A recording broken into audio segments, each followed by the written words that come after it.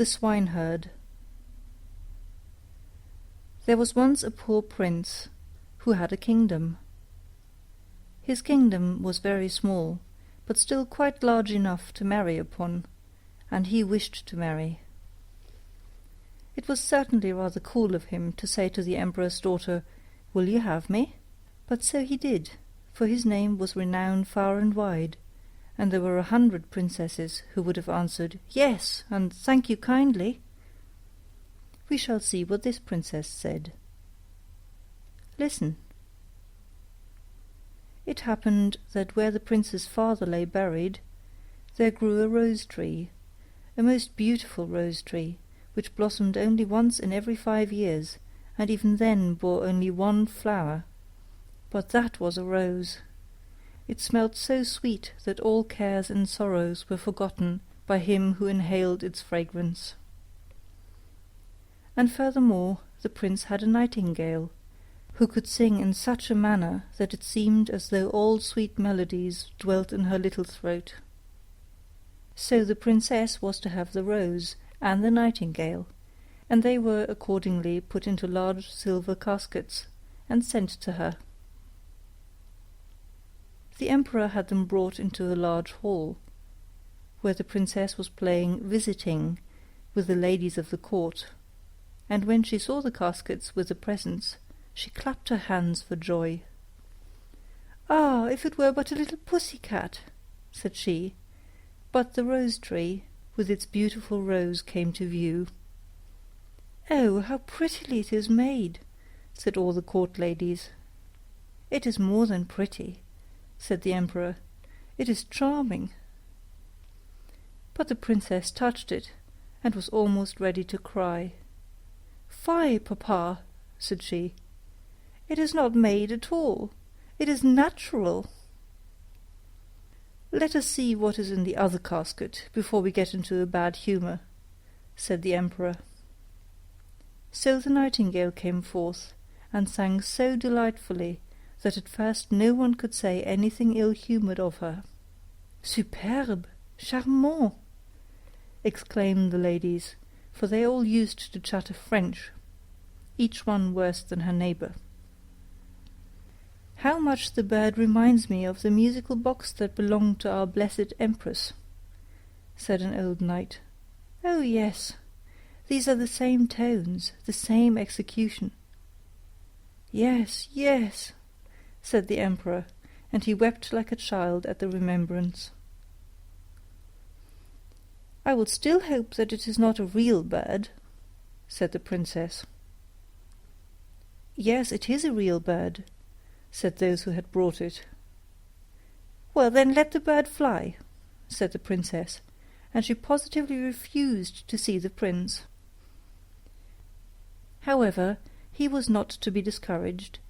He daubed his face over brown and black, pulled his cap over his ears, and knocked at the door. "Good day to my lord the emperor," said he. "Can I have employment at the palace?" "Why, yes," said the emperor. "I want someone to take care of the pigs, for we have a great many of them." So the prince was appointed imperial swineherd. He had a dirty little room close by the pigsty, and there he sat the whole day and worked. By the evening he had made a pretty little kitchen pot. Little bells were hung all around it, and when the pot was boiling, these bells tinkled in the most charming manner, and played the old melody, "Ach, du lieber Augustin, alles ist weg, weg, weg," which translates as, "Ah, dear Augustine, all is gone, gone, gone." But what was still more curious, whoever held his finger in the smoke of the kitchen pot immediately smelt all the dishes that were cooking on every hearth in the city. This, you see, was something quite different from the rose. Now the princess happened to walk that way, and when she heard the tune she stood quite still, and seemed pleased, for she could play Lieber Augustin. It was the only piece she knew, and she played it with one finger. "Why, there is my piece," said the princess. That swineherd must certainly have been well educated. Go in and ask him the price of the instrument." So one of the court ladies must run in. However, she drew on wooden slippers first. "What will you take for the kitchen pot?" said the lady. "I will have 10 kisses from the princess," said the swineherd. "Yes, indeed," said the lady. "I cannot sell it for less," rejoined the swineherd. "He is an impudent fellow," said the princess, and she walked on. But when she had gone a little way, the bells tinkled so prettily, "Ach, du lieber Augustin, alles ist weg, weg, weg." "Stay," said the princess. "Ask him if you will have 10 kisses from the ladies of the court." "No, thank you," said the swineherd. 10 kisses from the princess, or I keep the kitchen pot myself." "That must not be either," said the princess. "But do you all stand before me, that no one may see us." And the court ladies placed themselves in front of her, and spread out their dresses. The swineherd got 10 kisses, and the princess the kitchen pot. That was delightful. The pot was boiling the whole evening, and the whole of the following day. They knew perfectly well what was cooking at every fire throughout the city, from the chamberlain's to the cobbler's. The court ladies danced and clapped their hands. "We know who has soup, and who has pancakes for dinner today, who has cutlets, and who has eggs. How interesting!" "Yes, but keep my secret, for I am an emperor's daughter." The swineherd, that is to say, the prince, for no one knew that he was other than an ill-favoured swineherd, let not a day pass without working at something. He at last constructed a rattle, which, when it was swung around, played all the waltzes and jig tunes which have ever been heard since the creation of the world. "Ah, that is superbe!" said the princess when she passed by. "I have never heard prettier compositions.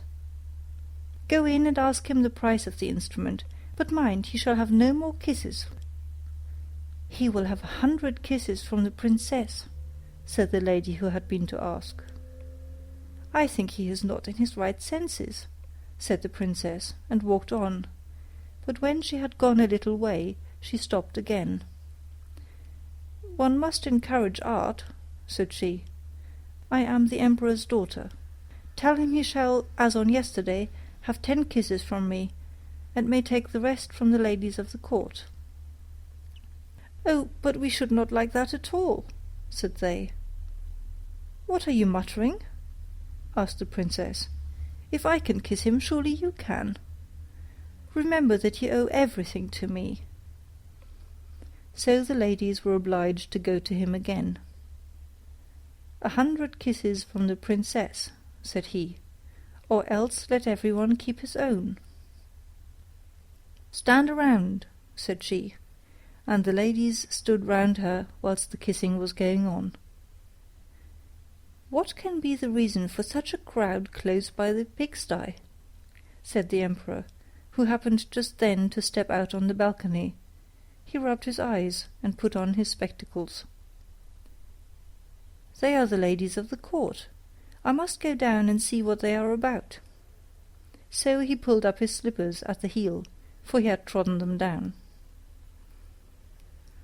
As soon as he had got into the courtyard, he moved very softly, and the ladies were so much engrossed with counting the kisses, that all might go on fairly, that they did not perceive the emperor.